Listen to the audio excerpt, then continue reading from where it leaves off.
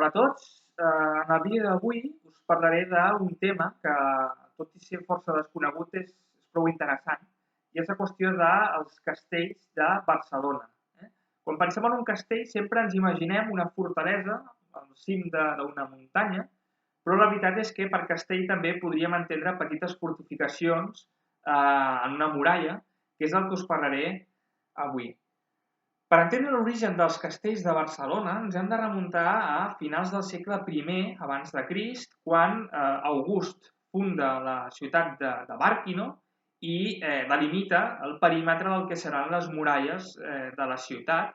En aquest moment les muralles de Bàrquino són unes muralles no gaire altes, no gaire gruixudes, és una muralla que bàsicament el que fa és delimitar l'àrea urbana de la ciutat.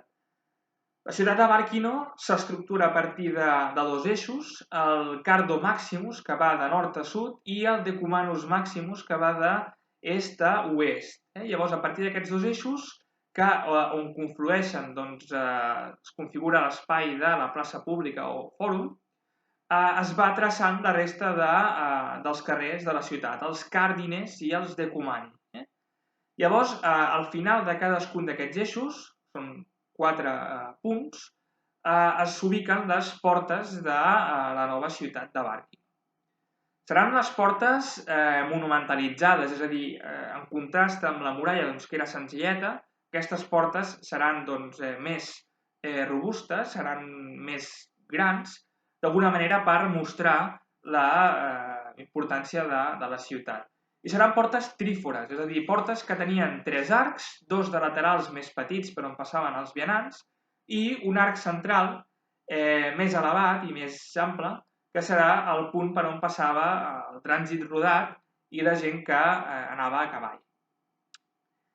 Entre finals del segle III i principis del segle IV, l'imperi romà comença a sentir-se amenaçat per la pressió dels bàrbars. És un imperi que ja comença a sentir-se en crisi i, per tant, hi ha un canvi d'estratègia, una estratègia més aviat defensiva, per la qual es decideix fortificar aquells punts més importants per la pervivència del poder romà sobre el territori. I un d'aquests punts serà Bàrquino. A Bàrquino es construeixen unes segones muralles que cobreixen l'antiga muralla fundacional dels temps d'August. Seran unes muralles molt més gruixudes, molt més altes, que estaran protegides per una setantena de torres i que estaran fetes de grans carreus de pedra, unes muralles realment imponents, i aquestes muralles seran les que garantirà que temps més tard, en època medieval, Barcelona acabi sent una de les ciutats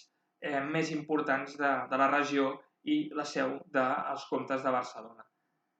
En temps dels comtes de Barcelona, de fet, sobre les antigues portes de la muralla antiga, d'aquesta muralla baix-imperial romana, que és la que podem veure avui dia, s'aixecaran un seguit de fortificacions que són els castells dels que us vull parlar avui.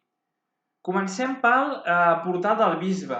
Aquest portal era l'antiga porta preetòria d'època romana. Era el lloc on l'aqüeducte romà de Bàrquino entrava a la ciutat i el seu nom li vindria del fet que el Palau Episcopal se situa a tocar d'aquesta porta entre els segles XI i XII. Aquesta porta s'ubica davant del que és avui dia la plaça Nova, que és una plaça que originàriament era molt més petiteta en temps medieval. El que passa és que entre els anys 40 i 50 s'hi van fer tot un seguit de reformes, es van enderrocar molts dels edificis que hi havia en aquella plaça i avui dia és aquesta plaça tan allargada que tenim davant de la catedral.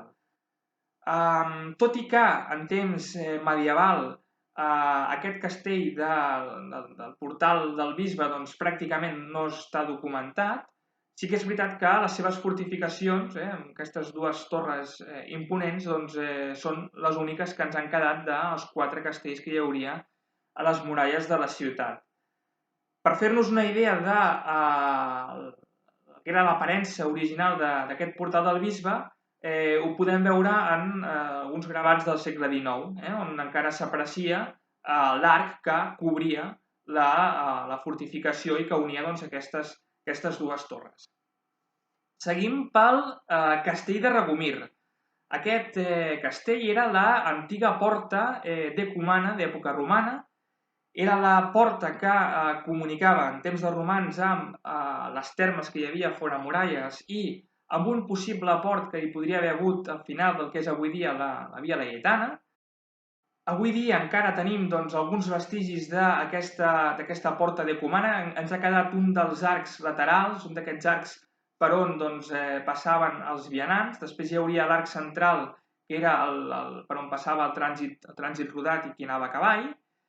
I al segle XI, ja a l'edat mitjana, en època comtal, trobem esmentat per primer cop aquest castell de Regomir, que estarà sota jurisdicció episcopal, és a dir, serà, pertanyerà al bisbe de Barcelona.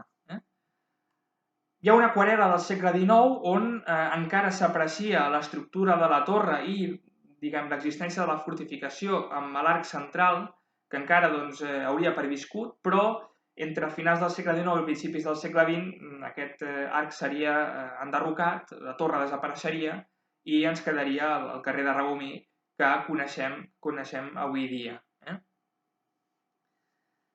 Un altre castell és el Castell Vell. Aquest és el castell millor conegut, era l'antiga porta principalis sinistra d'època romana, però tot i ser el més ben conegut no ens han quedat pràcticament vestigis ni d'època romana ni d'època medieval. Aquest castell té una història força interessant perquè va ser cedit al segle X pel comte de Barcelona, Borrell II, al vescomte de Barcelona, Guitard.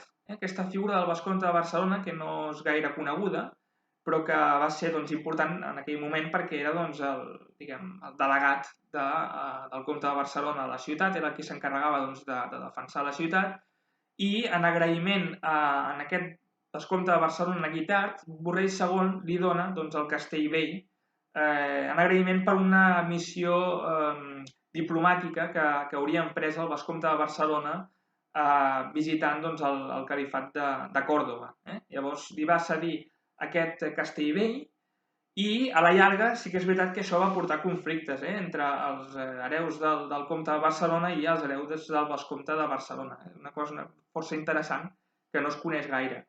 Al segle XII aquest castell vell serà el castell del Veguer i al segle XIV, quan ja la muralla antiga de Barcelona s'ha quedat petita, la ciutat ha crescut fora muralles i ha calgut construir una nova muralla ja pròpiament, la medieval, que és la que recorre les Rambles, arriba fins al Portal Nou, ressegueix el Rec Comtal i temps més tard també tanca el que era el Raval, aquest castell vell perd la funció militar que havia tingut i passa a ser una presó.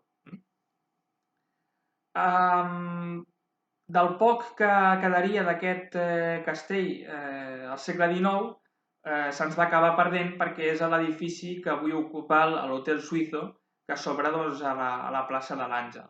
Acabem amb el Castell Nou, aquest castell que es trobaria a la confluència entre els carrers Ferran i Avinyó. Era en època romana la Porta Principalis d'Extra.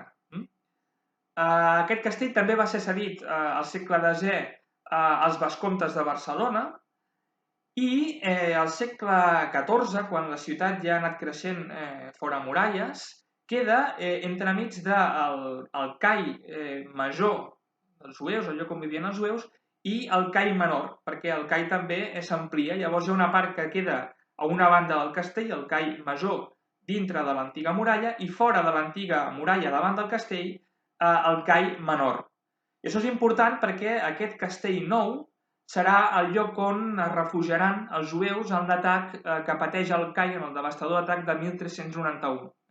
Quan una multitud comença a perseguir els jueus per fer-los convertir al cristianisme, hi haurà uns quants que es podran refugiar dins d'aquest castell i de fet el castell serà assaltat. Aquest castell va quedar molt malmès pel terratrèmol de 1428, que de fet destrueix molts castells catalans, queda mig derruït i pràcticament no ens ha quedat res d'aquest castell nou. Sembla que tenim com a únic vestigi una petita finestra que ens queda de l'antiga fortificació al carrer del Call. Doncs bé, espero que us hagi agradat aquest vídeo sobre els castells de la muralla antiga de Barcelona. Espero que estigueu tots bé de salut, que tingueu un bon confinament i que ens puguem veure el més aviat per explicar-vos tot això in situ. Molts ànims i molta força.